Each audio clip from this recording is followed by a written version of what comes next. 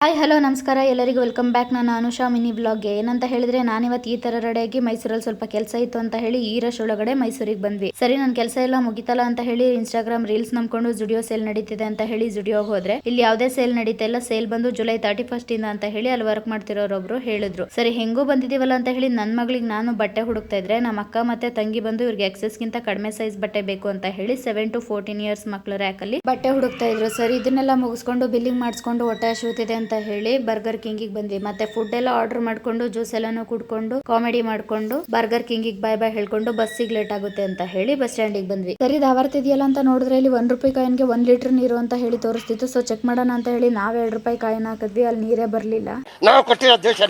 ಅಲ್ಲಿ ಮೆನ್ಷನ್ ಇರೋದು ₹1. ನಾವ್ ₹2 ಹಾಕಿದ್ರೆ ನೀರ್ ಬರ್ತದ? ದೇವ್ರು ನಿಂಗೆ ಒಳ್ಳೇದ್ ಮಾಡ್ತದ. ಸರಿ ಅಂತ ಹೇಳಿ ಬ್ಯಾಗಲ್ಲೆಲ್ಲ ಹುಡುಕ್ದೆ ಸಿಗ್ಲಿಲ್ಲ. ಕೊನೆಗೆ ಅಂಗಡಿಲೆಲ್ಲ ಕೇಳ್ದೆ, ಯಾರು ಕೊಡ್ಲಿಲ್ಲ. ಬಾಟ್ಲೆ ತಗೊಳ್ಳಿ ಅಂತ ಹೇಳಿ ಕೊನೆಗೂ ಒಂದ್ ಅಂಗಡಿಲಿ ಕೊಟ್ಟೆ ಬಿಟ್ರು. ಸರಿ ಸಿಕ್ತಲ್ಲ ಅಂತ ಹೇಳಿ ಟ್ರೈ ಮಾಡಿದ್ರೆ ಮತ್ತೂ ನೀರ್ ಬರ್ತಿಲ್ಲ. ಇದೆ ಇಲ್ಲೊಂದು ಸಮಸ್ಯೆ ಖಂಡಿತ ಇದೆ.